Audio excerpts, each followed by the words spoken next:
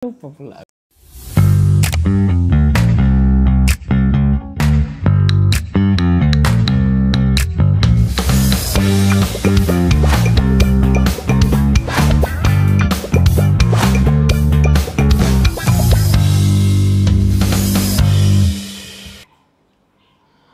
Baik, Assalamualaikum warahmatullahi wabarakatuh.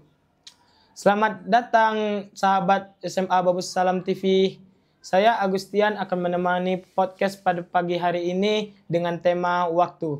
Karena menurut saya pembagian waktu itu sangat penting bagi keberhasilan dan kesuksesan seorang siswa. Pada pagi hari ini kita kedatangan tamu istimewa karena dia dapat membagi waktu belajar dengan kegiatan ataupun kesibukan-kesibukan lainnya. Langsung saja kita sambut Saudara Rapip Pasiha. Assalamualaikum Saudara Rapip. Waalaikumsalam. Bagaimana kabar saudara hari ini? Alhamdulillah sehat. Sebelum saya melanjutkan pertanyaan saya akan menjelaskan sedikit biodata dari narasumber kita. Rapip Pasiha ialah santri di kelas 12 yang menjabat sebagai ketua OSIS. Dia memiliki prestasi-prestasi unggul di akademik dan non-akademik, dan juga dia pernah menjadi ketua kelas di dalam kelasnya. Baiklah, langsung saja kita masuk pertanyaan awal.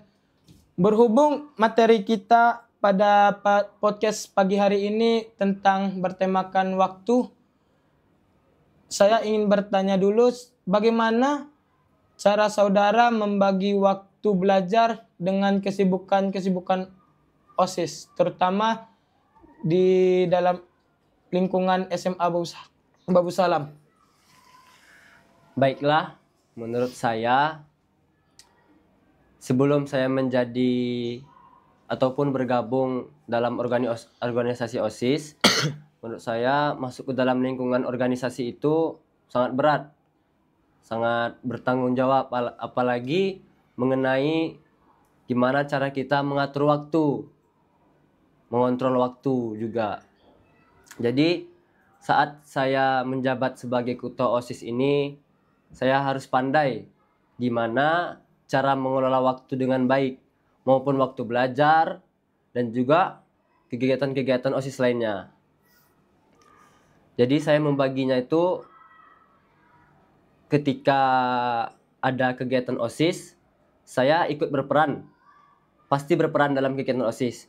Tetapi dengan catatan, saya juga harus bertanggung jawab penuh ataupun menyelesaikan pelajaran yang misalnya apabila saya berada dalam kelas. Dan juga ketika nih, misalnya di dalam kelas, saya meminta izin dulu kepada guru mata pelajaran, misalkan saya dipanggil untuk mengurus kegiatan OSIS. Baik, di dalam organisasi OSIS tentu saudara memiliki banyak sekali partner-partner di setiap bidang. Tentu setiap partner tidak akan saudara temui di dalam satu kelas. Bagaimana saudara mengajak seluruh partner ketika ingin rapat organisasi? Jadi ini kan partner-partner OSIS saya ataupun anggota-anggota lain ada banyak. Tentunya juga sesuai bidang saya nih sebagai OSIS inti. Partner saya tuh berbeda kelas dengan saya.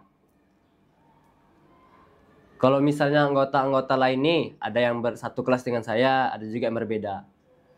Jadi secara semuanya saya harus bisa ataupun meminta izin dulu apabila mengikuti rapat dalam OSIS.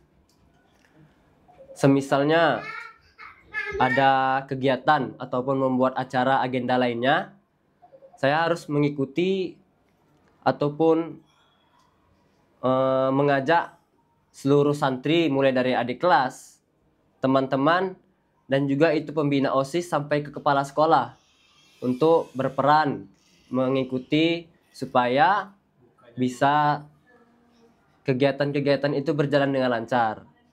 Dan juga dalam misalnya ada permasalahan di setiap bidang kan, setiap bidang. Jadi saya harus bagaimana bisa mengontrol permasalahan-permasalahan itu dengan cara baik. Misalnya bermusyawarah, setiap ketua-ketua bidangnya kita kumpulkan, kita selesaikan masalahnya dengan baik-baik gitu. Apakah di dalam organisasi itu memiliki kendala yang sangat besar saat belajar? Kalau misalnya kendala saat belajar nih, pasti ada. Apalagi misalnya ada guru nih, guru mata pelajaran yang tidak mengizinkan. Tapi terkadang guru-guru juga memaklumi saya sebagai ketua OSIS. Karena mungkin sibuk juga nih kan, sibuk dalam mengurus OSIS. Jadi dia memaklumi. Saya juga harus meminta izin. Kalau kendala-kendala, misalnya kendala-kendala tentang anggota, cekcok nih kan, ataupun tidak satu pemahaman, tidak satu pemikiran dengan saya, kami sebagai OSIS inti, bagaimana permasalahan itu diselesaikan. Dan juga harus satu pemikiran, satu persetujuan gitu. Jika ada anggota yang tidak satu pemikiran atau berbeda frekuensi, apakah sangat merugikan atau berkendala bagi organisasi? Dalam organisasi ini, menurut saya, kita tuh harus saling menerima pendapat-pendapat. Misalnya pendapat si A tidak setuju dengan pendapat kita. Seharusnya yang lain juga harus menerima gimana pendapat-pendapat itu supaya satu tujuan, satu pendapat dengan kita.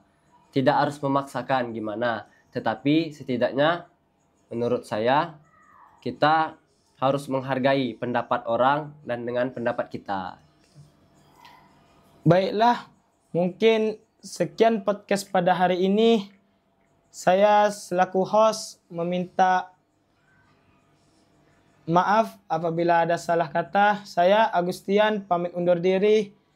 Assalamualaikum warahmatullahi wabarakatuh. Waalaikumsalam.